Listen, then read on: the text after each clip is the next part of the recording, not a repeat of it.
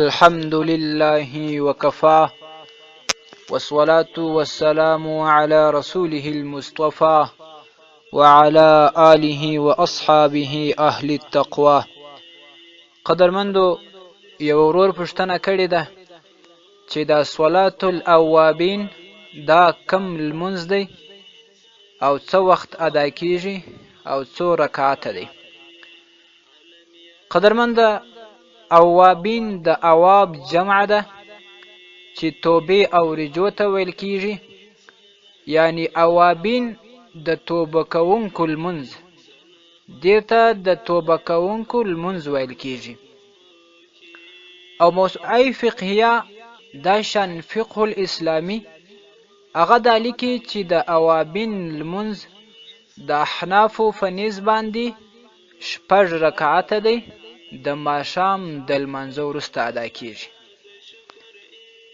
او دا د ماښام لمونځ چې ادا سي نیت د نفلو کیږي، په 2 رکعاته باندې 6 رکعاته صلاة الاوابین ادا کیږي.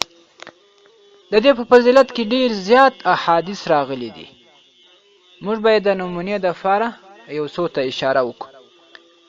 ترمذي شریف کې حدیث راځي، سنن ترمذي جلد اول صفحه 559 کې لیکي چې حضرت ابي هريره رضی الله تعالی عنه فرمایي چې رسول اکرم صلی الله علیه و آله وسلم وفرمایل: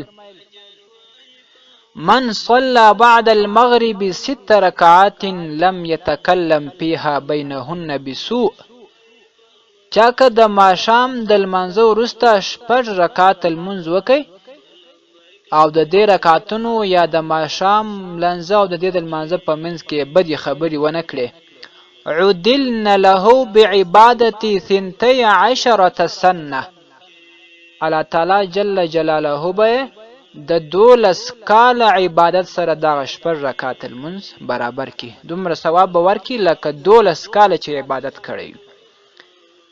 دغه حدیث شریف علامه بغوی رحمه الله په شرح السنه کې راخي په جلد 3 صفحه 403 کې، او دا شان معجم الاوسط کې راځي جلد اول صفحه 250، او سنن ابن ماجه یې راخي په جلد اول صفحه 390 کې.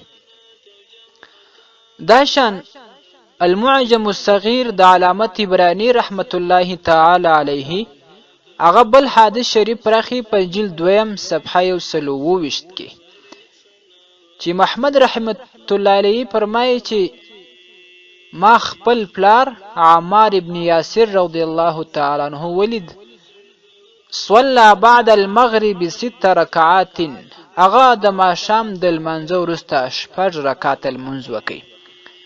فقلت یا ابتی ما هذه الصلاة، ما ورته ویل بابا دا کم لمونځ دی، دا څه شی لمونځ دی؟ فقال رأيت حبيبي رسول الله صلى الله عليه وسلم صلى بعد المغرب 6 ركعات.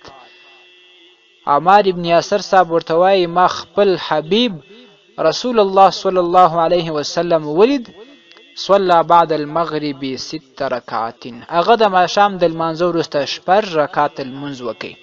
وقال، او بیا وفرمایل: من صلى بعد المغرب 6 ركعات غفرت له ذنوبه. چا که د ماښام د لمانځه وروسته 6 رکعات لمونځ ادا کړ، الله تعالی جل جلاله به ګناهونه ورته معاف کی. وان كانت مثل زبد البحر، که څه هم دا ګناهونه په شان د دریاب د زګ وي، دومره ګناهونه کړي وي، خو دا ګناهونه چې په حقوق د الله تعالی کې وي، نه په هغه حقوقو کې چې هغه د بندگانو وي. ځکه الله تعالی جل جلاله د بندگانو حقوق تر هغه نه معافوي تر څو چې هغه بنده خپل عفو نه ورته کړي. الله تعالی خپل حقوق کې چې بنده کوم ګناه ورته کړي وي، الله تعالی ورته معافوي په دغه 6 رکعاتو باندې. وان كانت مثل زبد البحر، که څه هم دومره ګناهونه کړي لکه د دریاب او د بحر زګونه، الله تعالی ورته معافوي. دغه حدیث شریف معجم الاوسط هم راخیستی دی په جلد اوم صفحه 192 کې. دا شان الترغیب و الترهیب هم راخیستی دی په جلد اول صفحه 280 کې. والسلام علیکم ورحمت الله وبرکاته. ستاسې د اسلامي پوښتنو جوابونکی مولوي حکیم الله صابر الحنفي صاحب. د پوښتنو لپاره د رابطې نمبر 0029 314 88 440.